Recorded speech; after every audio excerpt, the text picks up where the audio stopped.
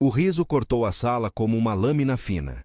Foi seco, imediato, um som que não combinava com o brilho dos computadores, com o tilintar das chíperes e com o café quente nas canecas. Marcelo soltou-o alto, pensando que seria apenas mais uma nota na rotina de poder. Olhos nos relatórios, postura ereta, um cenário onde fraqueza era deslize. Do outro lado da mesa, Rafael segurava-se ao balcão da recepção, a face amarelada, a camisa molhada pelo suor da febre. Tentou falar, mas a voz saiu curta, áspera. Pediu licença. Pediu desculpas por não estar 100%. Coisa de quem precisava do salário, de quem tinha contas, filho pequeno, compromisso com dia de trabalho.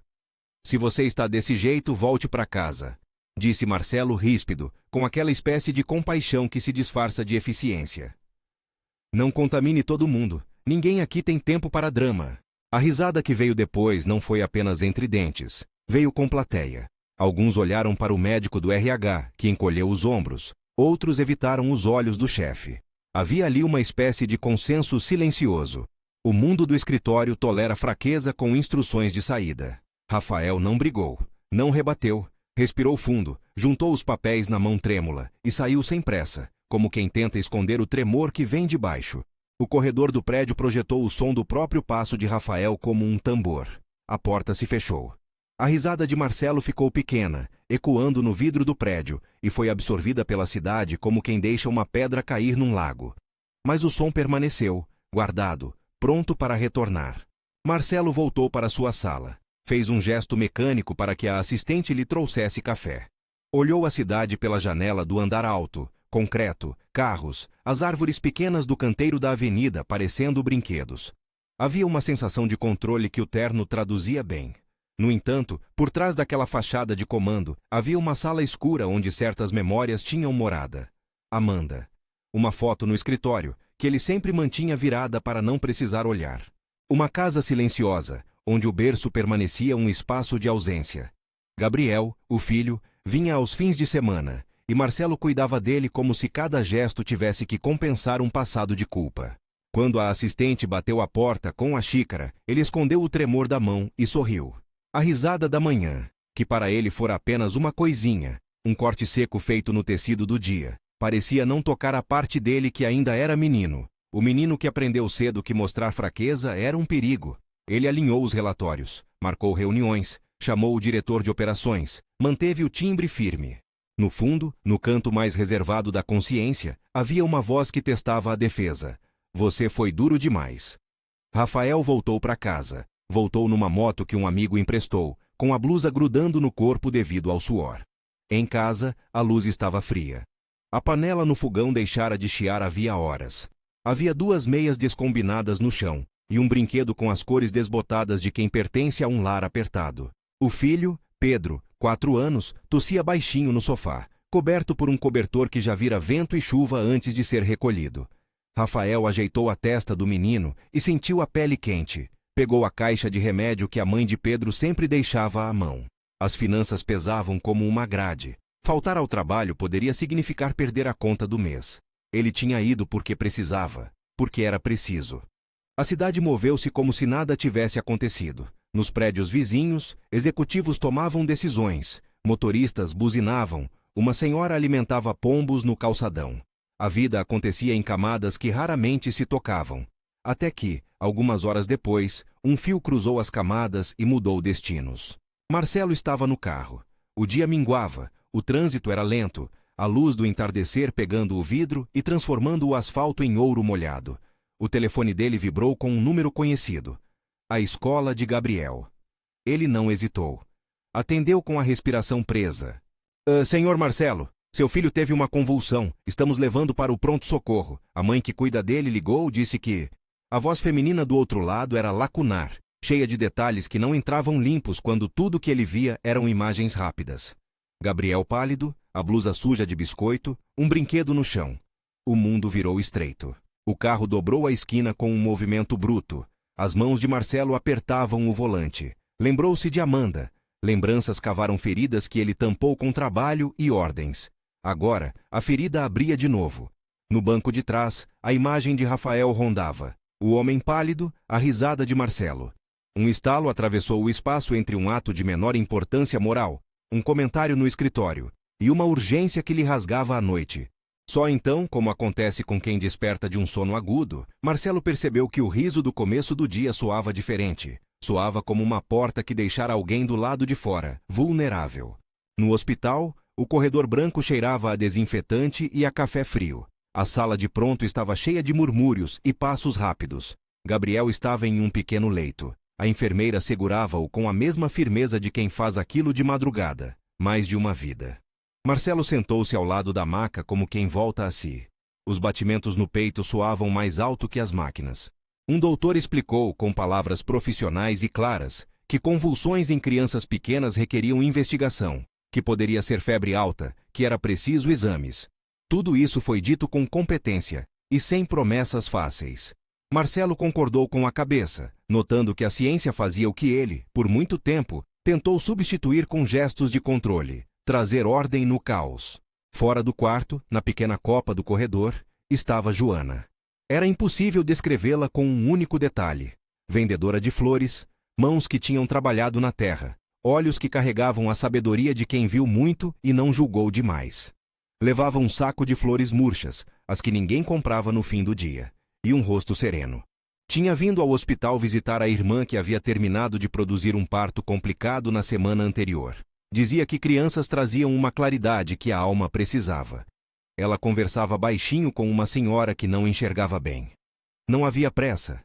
Havia um modo prático de alívio. Oferecia um lenço, um sorriso, dedos que encaixavam as pétalas desgastadas como quem, ali, fazia um milagre cotidiano. Marcelo notou Joana depois que a enfermeira pediu que ele saísse até os resultados do exame. Ele estava fora de si, andando no corredor como um animal entre grades. Encostou a testa na parede fria e respirou. Foi então que ouviu a voz dela, pequena, firme, sem qualquer reverência ao terno, sem a necessidade de importar-se com quem ele era. "O menino está bem cuidado?"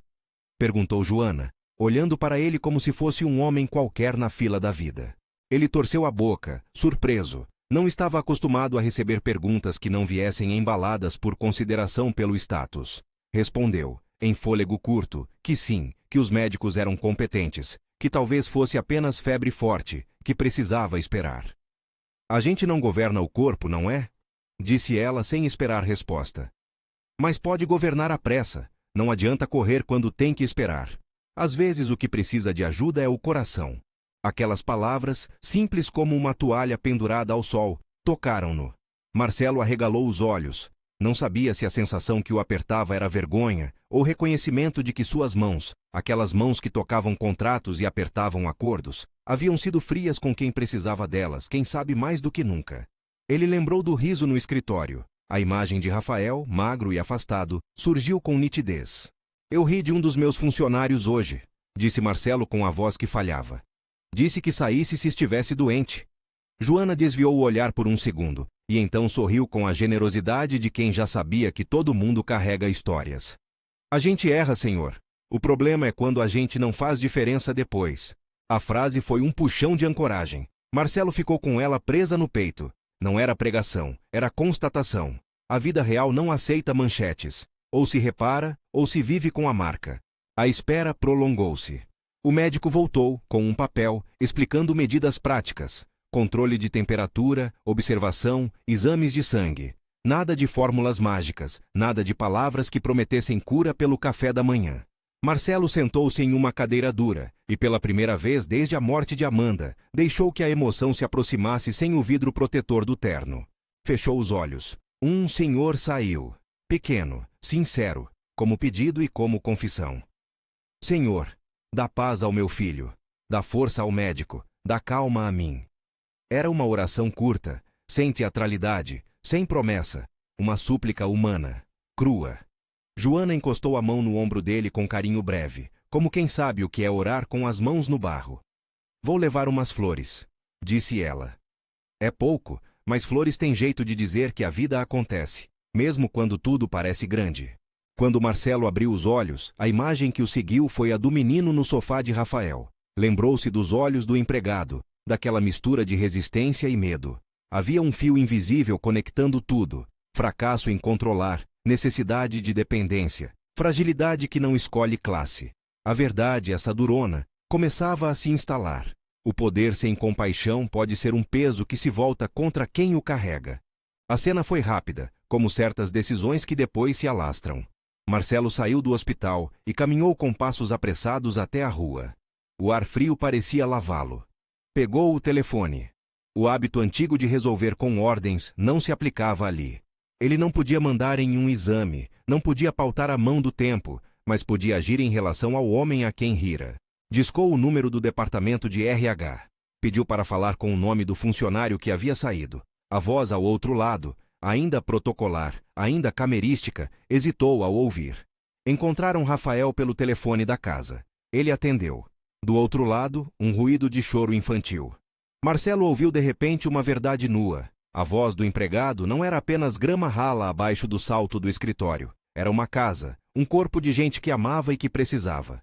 Rafael, disse Marcelo com uma sinceridade que saía torta, sem adereços. Eu fui ríspido hoje. Desculpe, posso ajudar? Tenho o que for preciso. No lado de lá da linha, Rafael congelou. O silêncio foi como se fosse arado. Depois veio a respiração, um misto de surpresa e hesitação. Eu não, começou Rafael. Eu não queria atrapalhar. É só que o Pedro está com febre e eu não tenho com quem deixar. A voz dele vacilou. Traga seu filho para o hospital, disse Marcelo, sem pensar muito nas implicações. O convite saiu como se fosse natural, leve, eficaz, resolutivo. Venha agora. Traga os exames. Eu pago o táxi. Fico responsável pelo seu salário por um dia. Não volte a se expor por precisar. Rafael pareceu ver o mundo ralando, confundido. Aceitou. Perguntou tímido se era sério. Marcelo afirmou. A promessa, simples, prática, pesou de um jeito novo. Não era caridade exibida. Era ação.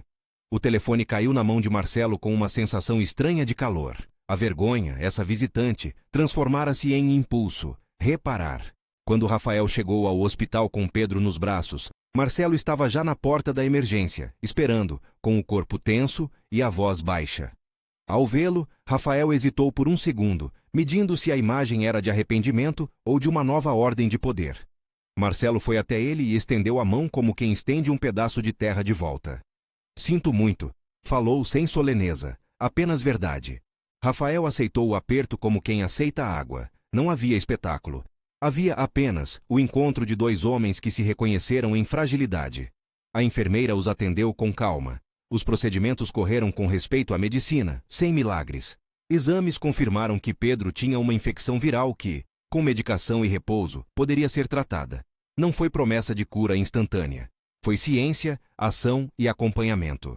Enquanto os médicos cuidavam, Joana apareceu com um pequeno buquê improvisado de flores que haviam sobrado no seu saco. Pétalas amassadas, perfume discreto. Entregou ao menino. Pedro segurou-as como quem segura uma coisa nova. Marcelo observou aquilo e viu de novo o contraste que o atraiu.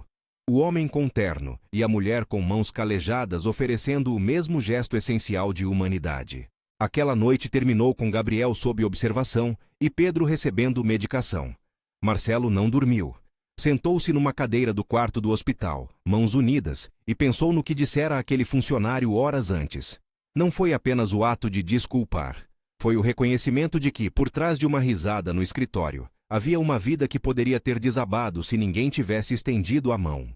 Antes de ir embora, Marcelo fez algo que nunca imaginara. Chamou o RH e pediu que toda a equipe tivesse uma política revisada de licença médica, que ninguém fosse forçado a escolher entre trabalhar e cuidar da família sem respaldo.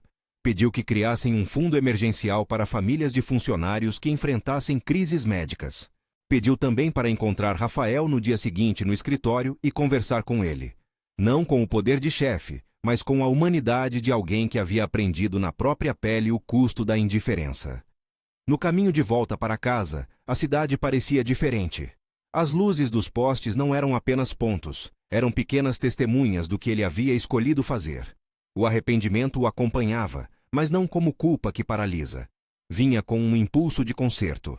Nem tudo, entretanto, havia se resolvido. Havia perguntas que não tinham resposta. E se a infecção de Pedro piorasse? E se Gabriel precisasse de exames longos? e Rafael confiaria na promessa de Marcelo. E por baixo de tudo, havia uma coisa mais tênue: o orgulho ferido de Marcelo, a ferida que Amanda havia deixado, que o trabalho alimentava, que não se curava com um dia de boas ações. Ao cruzar o portão de sua casa, Marcelo viu a fotografia de Amanda no corredor. Por um instante, tocou a moldura. Sentiu a textura do vidro. Havia no gesto mais do que saudade. Havia um pedido mudo para não desperdiçar o privilégio de ter condições de ajudar. Pensou em construir algo que fosse além do gesto, talvez uma creche, um programa de apoio para pais que trabalham, uma prática no escritório para cuidar da vida real dos empregados. A ideia tomou forma como quem planta uma semente, consciente de que demora a brotar. Mas a noite trouxe também um telefonema que ninguém aguardava. O diretor financeiro da empresa o buscou num tom cerrado. Havia um problema sério com uma das filiais. Um fornecedor havia atrasado materiais essenciais. Uma reunião que Marcelo aguardara para o dia seguinte poderia desandar contratos. Era trabalho puro, urgente, uma chuva que vinha para testar o chão recém-molhado do arrependimento. Marcelo entrou na casa, percorreu o corredor, e por um instante sentiu-se dividido entre o homem que não queria mais rir da dor alheia e o operador que não podia permitir que a empresa naufragasse. Era uma tensão com a qual ele vivera a vida inteira, compaixão versus eficiência. Agora, a balança estava mudando peso. No quarto, Gabriel dormia com a respiração mais regular, monitorada por uma enfermeira particular que ficara com ele durante a noite. Marcelo observou o filho em paz e sussurrou, tão baixo que ninguém ouviu, uma promessa para si mesmo. Vou consertar o que for preciso, vou ser outro. Horas depois, cedo, antes do sol atravessar as cortinas, um chamado diferente o despertou. Um funcionário da fábrica, que trabalhava em turno da noite, ligou para avisar que um acidente na linha de produção deixara um trabalhador ferido. A tragédia, pequena ou grande, chegava como uma onda imprevista. Sem pensar muito, Marcelo pegou um casaco e foi direto para a fábrica. Ainda carregava o cheiro das flores que Joana trouxera na lembrança. Um lado seu queria apenas correr para consertar. Outro lado precisava aprender a ouvir. Na entrada da fábrica, um grupo se aglomerava, rostos tensos. Havia medo no ar. Um jovem chamado Felipe estava no chão, sangrando de uma cabeça rachada. Nada de que o hospital não desse conta, mas o susto era coletivo. Entre as vozes, alguém comentou a respeito do homem que fora risonho pela manhã. E alguns, discretamente, lançaram olhares para Marcelo. Ele sentiu as faces dos colegas, a expectativa, a sombra do que dissera pela manhã. Era a vida cobrando. Enquanto os socorristas cuidavam de Felipe e a ambulância cortava o silêncio até partir, Marcelo viu pela primeira vez o efeito direto das palavras. Aquele riso seu, uma manhã antes, havia entrado em recortes por toda a rotina. Não era apenas um ato isolado, era um reflexo de uma cultura que precisava ser mudada com gestos concretos. E ali, no piso da indústria, com o som das máquinas como fundo, ele decidiu que haveria mudanças, treinamentos, política de segurança, apoio aos feridos. Mas tudo isso ainda precisava de trilhas para caminhar. Seu arrependimento precisava virar compromisso. Ao voltar para o carro, Marcelo recebeu uma mensagem rápida de Rafael. Obrigado, estamos no hospital, Pedro está melhor, eu e ele agradecemos. Uma linha curta que trouxe alívio e, ao mesmo tempo, a sensação de que o começo do reparo estava sendo testado por pequenos atos de confiança. Não era suficiente apenas pedir desculpas. Era preciso caminhar, dia após dia, em direção a uma responsabilidade que envolvia tanto o coração quanto a razão. E, naquele emaranhado de luzes e vozes, Marcelo percebeu que a jornada para ser diferente era longa, e que o primeiro passo fora dado, mas agora havia que continuar. No fim da manhã, depois de assinar documentos e prometer ações, Marcelo tomou-te um café em uma cafeteria da esquina, observando as pessoas passarem. Havia uma mulher vendendo flores ao lado do semáforo. Era Joana, de novo, com uma vassoura velha, e um sorriso que não se abria por causa de fama, mas por carinho. Ele atravessou a rua e comprou um buquê que, naquele momento, mais do que um gesto, parecia uma oferta de aliança. Vida cuidada, mãos dadas. Joana recebeu o dinheiro e, sem cerimônia, bateu palmas como quem testava a existência do novo dia. Vai lá, disse ela, olhando para ele com uma simplicidade que cortava toda a necessidade de retórica. Faça as coisas com tempo. Não porque vai resolver tudo, mas porque é assim que a gente aprende a não repetir os mesmos gestos. Marcelo sorriu, consciente de que a profundidade do conselho poderia levar anos, e ainda assim, sentiu que precisava falar com mais gente sobre o que acontecera. A decisão de revisar políticas, de criar fundos, de prestar atenção ao humano que trabalha por trás dos números, vinha com a tarefa de transformar a empresa. Não bastava a sensação boa do momento. Havia a regra do remédio, eficaz e contínua. Quando ele entrou no carro, o telefone tocou novamente. Era a direção do hospital. Gabriel estava estável, mas os exames pediam observação. As horas seguintes seriam de espera e decisões. Marcelo colocou a mão sobre o volante e respirou fundo. A lembrança daquele riso que fizera pela manhã parecia agora um filme na ponta dos dedos. E uma pergunta sincera se fez ampla. Como reparar não apenas a ofensa, mas também o sistema que a permitira? A cidade seguia, indiferente e preciosa. Homens e mulheres se moviam com suas pequenas urgências. Um homem que rira de outro por causa de febre aprendera, naquela mesma tarde, como o mundo pode se inverter num segundo. O que restava, agora, era transformar reconhecimento em atos. A oferta de ajuda que fizera a Rafael não poderia ficar isolada, precisava ser o início de algo. E aquele pensamento era o que o manteve acordado enquanto a madrugada estendia seus dedos frios pela janela. Ainda havia fios soltos, a credibilidade de Marcelo entre os funcionários, a desconfiança que poderia perdurar, o laço frágil de Rafael que reclamava cuidado contínuo. Também havia o futuro médico de Gabriel, com exames que poderiam requerer mais trabalho. Havia, por fim, a consciência de que o susto dele, o medo de perder o filho, não justificava que ele fosse herói de um dia só. O verdadeiro trabalho começava agora, na construção de uma rotina diferente. Ao amanhecer, Marcelo saiu sem alarde. Foi ao encontro do RH para começar a tramitar as mudanças. Pediu reuniões, ouviu vozes, anotou sugestões, mas antes de iniciar as sessões formais, foi ao escritório onde Rafael trabalhava. Havia algo naquele aperto do coração que dizia: é preciso que as pessoas vejam que o erro foi confrontado com uma ação contínua. Rafael estava de volta, pálido mas firme, segurando a mochila como se fosse um escudo. Ao ver Marcelo, hesitou, mas não se afastou. O restante do escritório ficou em silêncio como se guardasse a cena. Marcelo respirou fundo, aproximou-se e disse como um homem que achara a forma de fazer justiça com as mãos. Pediu desculpas outra vez, em público. Prometeu as mudanças e anunciou que o salário de Rafael seria mantido por aquele dia e que a empresa cobriria parte das despesas médicas. Os colegas trocaram olhares. Algumas lágrimas apareceram no canto dos olhos de quem assistia, não tanto por espetáculo, mas por reconhecimento de que uma máquina humana agora tomava um rumo diferente.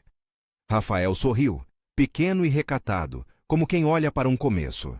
O gesto, ainda necessário, não era o fim. Havia um emprego para fazer com consistência. Havia médicos para confiar, taxas para pagar, noites para vigiar. Mas era exatamente ali, naquele aperto de mão entre o chefe e o funcionário, que um novo roteiro começava a se escrever. Marcelo sabia que arrependimento que não gera mudança é apenas ruído. Sabia também que a verdadeira amarra da vida era a repetição das escolhas, não uma notificação momentânea de boa vontade. Enquanto saía do escritório, alguém mencionou que, horas antes, um homem estranho havia sido visto no parque com um bebê chorando, e que uma mulher com um sorriso sereno havia ajudado a acalmar a criança. O nome Joana circulou como se fosse um sussurro. Marcelo guardou a história como quem guarda uma luz para noites futuras.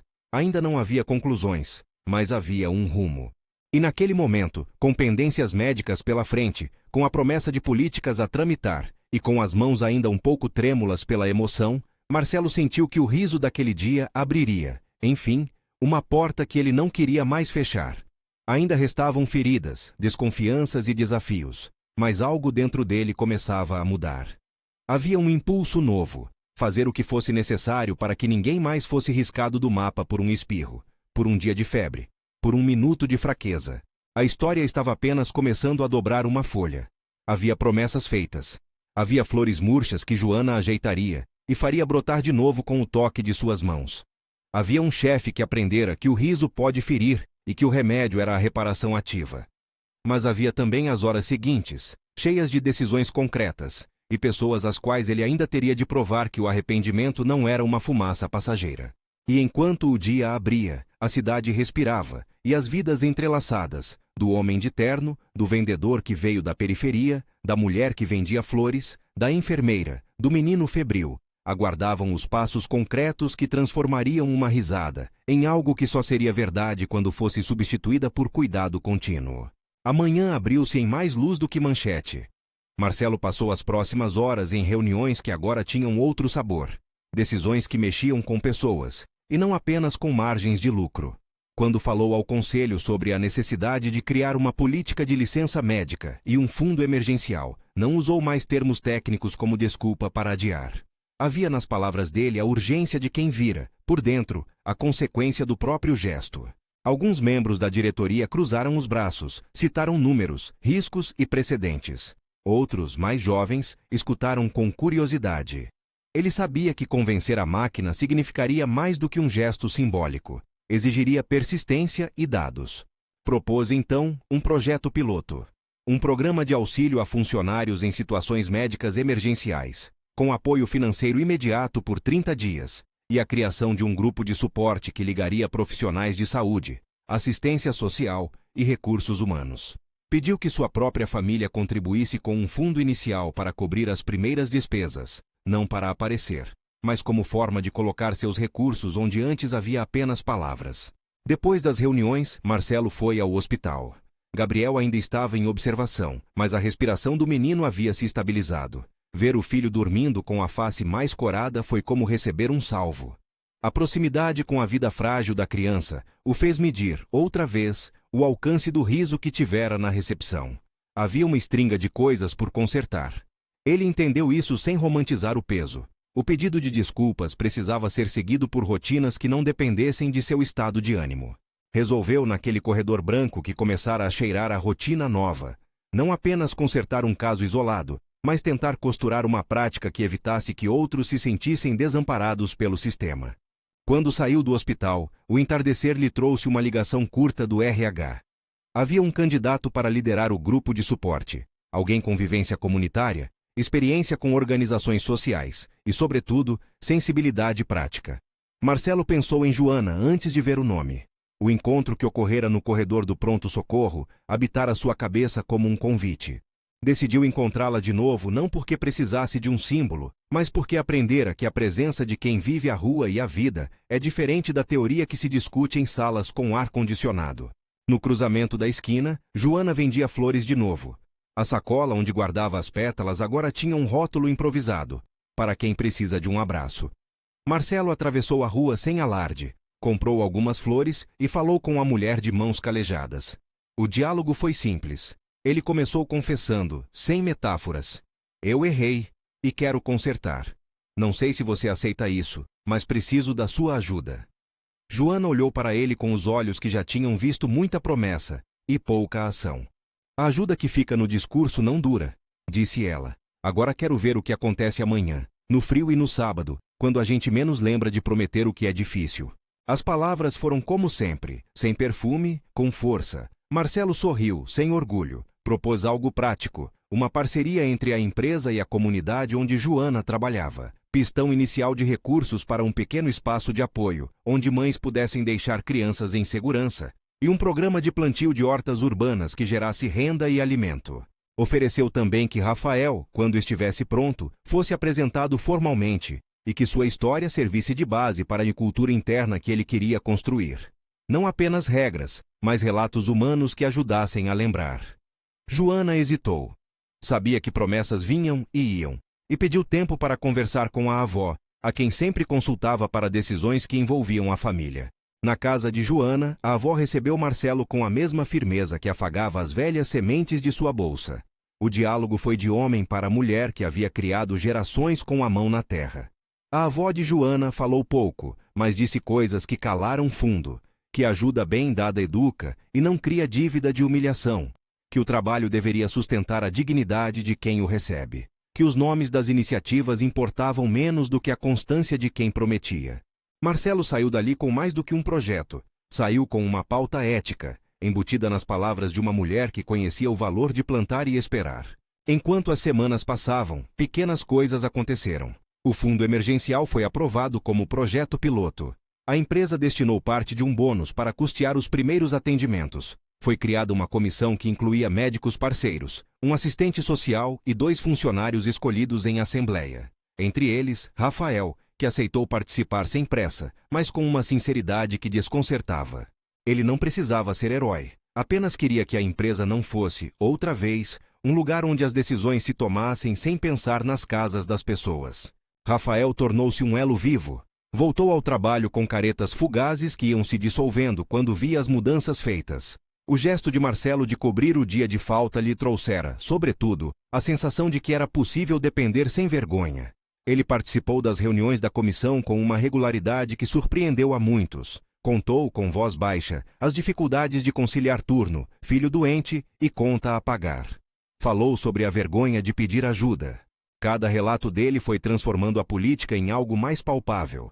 Um cronograma de revezamento entre colegas para cobrir turnos, convênios com clínicas pediátricas e um protocolo claro para avisos de saída por motivos de saúde. Não era gratuito, requeria investimento e mudança de rotinas, mas aos poucos implementava-se. Em paralelo, Joana assumiu o papel de ponte entre a comunidade e a empresa.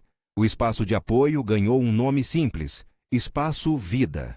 Era um galpão pequeno que foi reformado com recursos do fundo e ajuda de voluntários. Havia tapetes, livros doados, uma cozinha onde aprendiam a fazer conservas e compotas para vender, e um cantinho com brinquedos coloridos. Joana coordenou as atividades com a avó ao seu lado. Era a avó quem costurava as roupas das bonecas e distribuía conselhos como quem distribui café quente.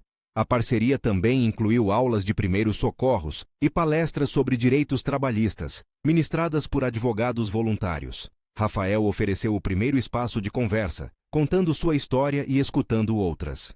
As mudanças foram visíveis onde as pessoas mais precisavam. Uma funcionária que soubera que poderia tirar 3 dias para acompanhar a mãe ao hospital não precisou escolher entre salário e cuidado. Um operário conseguiu, pela primeira vez, trazer a documentação de um procedimento e não enfrentou corte de ponto.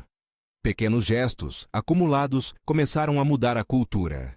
Marcelo, por sua vez, descobriu que consertar era muitas vezes repetir. Implementar uma política não bastava. Era preciso vê-la aplicada nas microdecisões do dia a dia. Ele mesmo teve que revisar hábitos. Em reuniões, quando alguém mencionava doença de criança, ele aprendeu a escutar mais do que a dizer.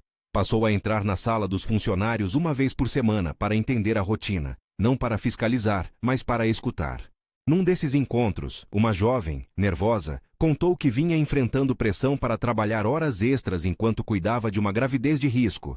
A situação trouxe à tona a seriedade do risco obstétrico, e Marcelo telefonou imediatamente para os contatos do fundo para incluir essa jovem no programa de apoio médico. Houve, então, uma corrida por consultas, encaminhamentos e uma vaga em uma clínica que havia firmado convênio.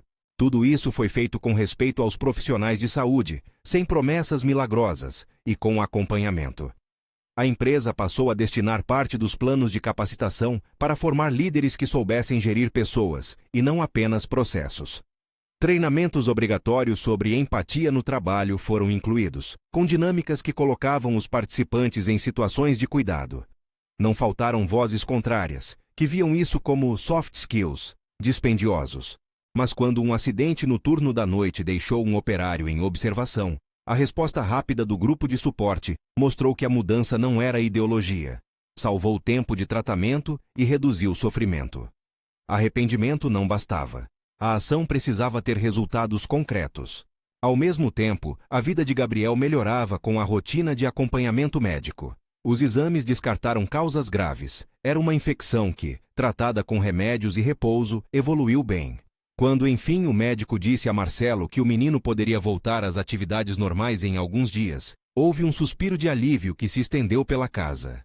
Marcelo chorou, baixinho, sem espetáculo. A experiência o havia ensinado que o perder e o ganhar se costuravam ao mesmo tempo, que a fragilidade do outro havia lhe mostrado que o seu poder existia para servir, não para humilhar. A promessa que havia sussurrado no quarto do hospital. Vou consertar o que for preciso, vou ser outro. Ganhou carne na repetição de boas ações e na paciência. Um dia, na inauguração oficial do Espaço Vida, Marcelo subiu ao pequeno palco improvisado. Havia famílias e crianças, voluntários e pessoas da comunidade.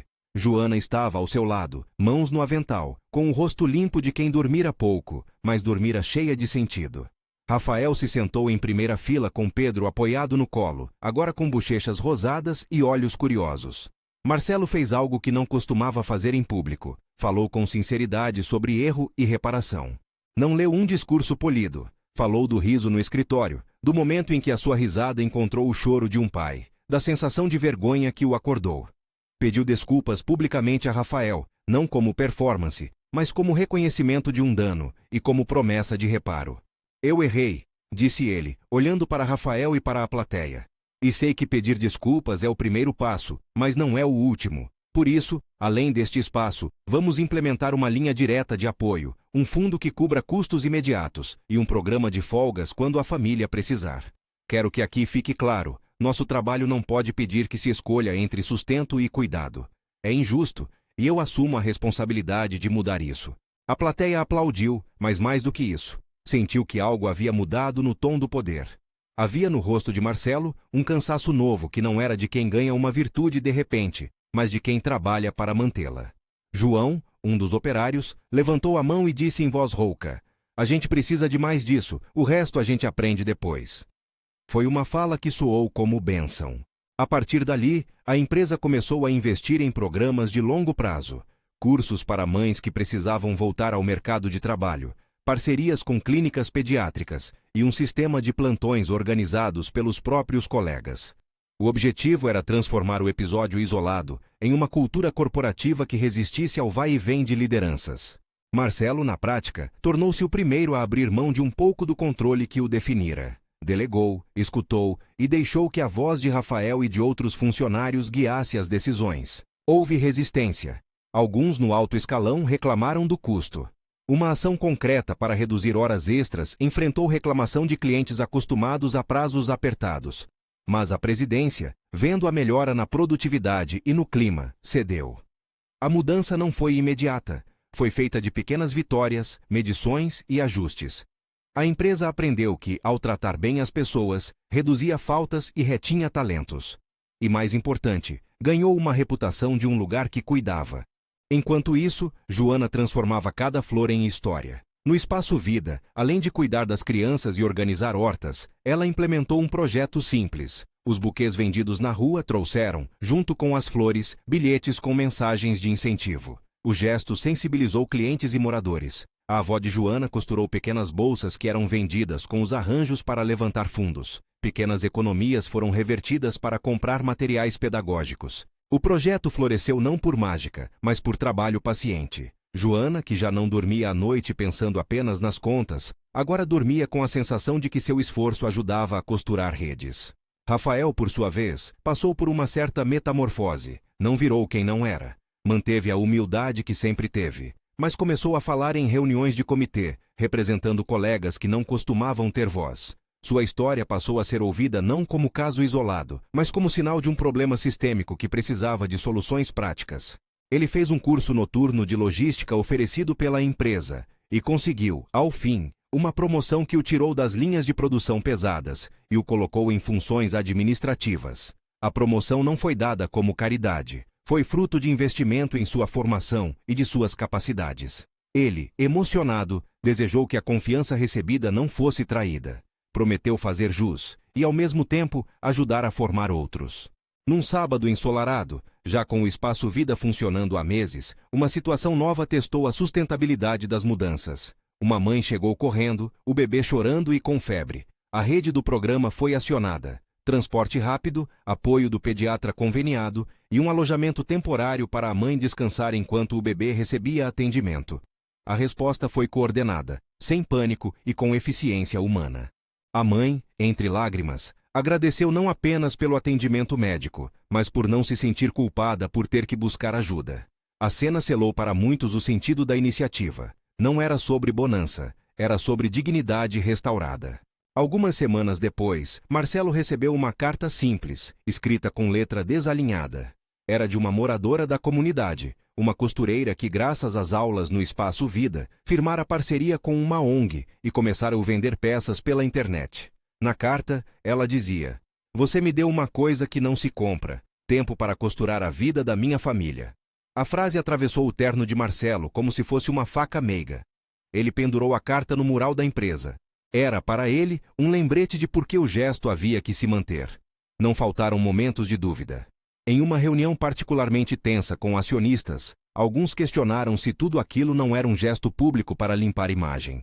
Marcelo ouviu e respondeu sem defesa. Se for imagem, que dure. Era um reconhecimento do perigo de gestos vazios e da única forma de escapar do vazio, transformar a boa intenção em rotina estruturada. Propôs, então, relatórios trimestrais sobre o fundo e auditorias independentes para garantir que os recursos chegassem às famílias necessitadas. Transparência foi também um remédio contra a exibição de generosidade que muitas vezes se perde em palco. No meio desse processo, houve episódios que trouxeram à superfície emoções antigas. Uma antiga assistente de Marcelo, que o conhecia antes do terno e da corporação, o confrontou sobre o uso do fundo e sobre como ele agora tentava reparar sem perder a postura. A conversa foi difícil. Ele ouviu que o gesto precisava incluir a humildade de ficar vulnerável, não de performar. Marcelo aceitou a crítica como parte do preço de se tornar alguém melhor, sem negar que ainda tinha muita areia movediça para atravessar. E então, veio um momento que jamais fora planejado. Um repórter procurou Marcelo para saber se o caso de Rafael era um ponto fora da curva ou o início de uma cultura nova. Marcelo falou com franqueza sobre o erro e sobre os passos dados para reparar. Não usou jargões. Contou sobre as flores de Joana, o silêncio do hospital, a oração curta que fizera naquela madrugada. O texto saiu, e a repercussão foi maior do que imaginara. A história atingiu outras empresas, provocando conversas sobre políticas de licença e apoio. Nem todas as réplicas foram genuínas, mas a semente estava plantada. A resposta pública trouxe, junto com elogios, novas demandas, pedidos de consultoria, casos para estudar, telefonemas de outras comunidades. Ele respondeu como aprendeu a responder, com cautela, indicando o espaço Vida como laboratório e sugerindo que cada lugar encontrasse sua própria solução, respeitando o contexto local. Enquanto o trabalho com a empresa avançava, a vida pessoal de Marcelo também foi se rearranjando. A culpa que o acompanhara como sombra, fruto de uma perda que nunca curara completamente, diminuiu de intensidade quando ele passou a dedicar tempo para ouvir, sem pressa, os que o cercavam. Gabriel continuava a ser um elo sagrado. Brincar, ir ao parque, fazer bolhas de sabão. O menino recuperara a energia e, aos poucos, aquelas tardes improvisadas com o pai foram costurando memórias novas que não apagam a ausência de Amanda, mas que mudavam o tom da casa. Marcelo aprendeu a contar histórias simples ao filho antes de dormir, como quem inventa raízes. O vínculo com Joana também evoluiu. Não foi um conto de amor grandioso cheio de declarações arrebatadas. Foi um entrelaçar de rotinas, de respeito mútuo, de pequenos atos que formam uma vida compartilhada. Joana, com seu trabalho de rua e hortas, mantinha os pés firmes. Marcelo, por sua vez, trazia recursos e a dificuldade de aprender a agir com menos comando e mais escuta. Eles discutiam, riam e às vezes se calavam juntos, mas havia um pacto tácito: construir sem pressa e com verdade. Numa noite, sentados no banco do parque, olhavam crianças correrem ao redor, e Joana falou baixinho: "Às vezes penso que o mundo muda quando a gente não foge do aperto das coisas." Marcelo segurou as mãos dela e, sem teatralidade, disse: "Eu costumava achar que consertar bastava ser grande. Hoje vejo que consertar é repetir o gesto até virar hábito." Era uma confissão sem poesia, mas inteira. O episódio do riso transformou-se assim, em narrativa de mudança. Um homem que rira e magoara, uma criança que adoecera, um pai aflito que pediu ajuda, uma vendedora de flores que trouxe calma, e uma empresa que teve de aprender a cuidar. A cada passo, porém, havia riscos. A imprensa, em certo momento, quis transformar a história em espetáculo. Um apresentador citou o episódio e o colocou sob holofotes. Marcelo recuou da espetacularização e propôs que a atenção fosse canalizada para políticas públicas e práticas corporativas que pudessem replicar a experiência. Era seu modo de dizer que não queria aplausos, mas transformação. Houve também um momento de teste que tocou mais fundo. A mãe de Joana adoeceu de repente. Era uma enfermidade que exigia atenção e, possivelmente, cirurgia. Joana teve de se dividir entre a banca de flores, o espaço Vida e o hospital. Marcelo entrou em ação de forma prática, garantiu transporte, cobriu despesas iniciais e pediu aos funcionários que fizessem uma campanha de arrecadação entre colegas. A solidariedade espontânea foi eficaz. A avó de Joana passou por cirurgia com sucesso e, durante a convalescença, os netos se revezaram para cuidar dela. A cena mostrou que a rede montada não era apenas de topo para baixo, mas havia se transformado em uma teia onde cada nó segurava o outro. Em uma tarde de fim de ano, o Espaço Vida realizou uma pequena festa. As famílias trouxeram pratos, havia música simples, e Rafael, agora com mais segurança no olhar, discursou com a naturalidade de quem fala de uma segunda chance. Lembrou que ninguém ali era perfeito, mas que todos podiam ser melhores. A plateia riu e chorou num mesmo movimento. Joana, vendo o brilho nos olhos de Rafael ao segurar Pedro, pensou na força transformadora do cuidado comum. E, no entanto, havia sombras que permaneciam. Uma colega da diretoria tentou manipular as novas políticas para favorecer contratos externos. Alguns processos ainda demoravam mais do que o esperado. Marcelo, consciente de que estruturas novas se corroem sem vigilância, marcou reuniões mensais, pediu relatórios e manteve a avó de Joana e representantes dos trabalhadores em um conselho consultivo, pois aprendeu que boas intenções precisam de instituições que as mantenham. Uma história que começou com riso e ferida terminou, não em final feliz absoluto, que seria ingênuo, mas em um compasso de esperança. Rafael recuperou a confiança no trabalho, passou a disputar cursos e encontrou estabilidade. O Espaço Vida seguiu funcionando e se tornou referência em outras comunidades que procuraram saber como reproduzir o modelo. A empresa, mesmo com altos e baixos econômicos, manteve o compromisso firmado e transformou o episódio em prática contínua. Joana, com seu jeito prático, viu o projeto virando vida, crianças brincando, mães estudando e pequenas hortas que davam alimento e renda. Em uma manhã em que o sol parecia limpo como um convite, Marcelo caminhou pelo jardim do Espaço Vida e encontrou Joana regando as flores. Havia naquele gesto simples uma imagem que o perseguira desde o hospital. Mãos que cuidam. Ele juntou-se a ela, não para comandar, mas para aprender a molhar, apertar a terra. Ficaram silenciosos por um instante. Marcelo fez uma oração curta, quase um hábito agora, de agradecimento e de pedido de coragem. Senhor, dá-nos firmeza para manter o cuidado. Joana respondeu com a cabeça baixa, um amém dito quase sem som, mas cheio de inteireza. No final do dia, quando as luzes se acenderam, Rafael trouxe Pedro para mostrar à equipe o primeiro desenho feito pela criança depois de se recuperar. Uma família desenhada com traços tortos e um sol enorme. Colocaram o desenho na parede do Espaço Vida. Era um ato simples que envelheceria bem, uma prova muda de que a compaixão dignificava vidas. A lição permaneceu clara e dura.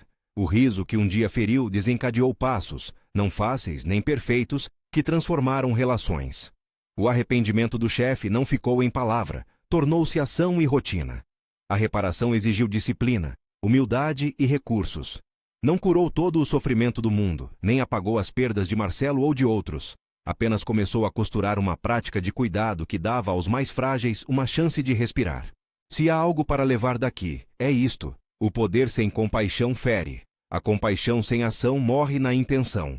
A história de um chefe que riu e depois se arrependeu mostra que o caminho entre a culpa e a transformação é longo, cheio de arranhões e escolhas repetidas. E que, muitas vezes, são as mãos simples, de uma vendedora de flores, de uma avó, de um pai cansado, que seguram o fio que une a promessa ao feito. Se esta história tocou você, compartilhe com alguém que precisa ouvir que consertar é possível. E que, muitas vezes, consertar passa por gestos práticos e constantes. A noite caiu e a cidade acalmou. No escritório, Marcelo deixou a luz do seu computador acesa por um tempo, escrevendo notas para o próximo projeto. Educação para pais, parcerias com clínicas, um relatório transparente do fundo. Em casa, Gabriel dormia tranquilo, com uma história de ninar que incluía jardins e flores. Joana trancou sua barraca de flores e levou para casa algumas sementes que a avó lhe deu.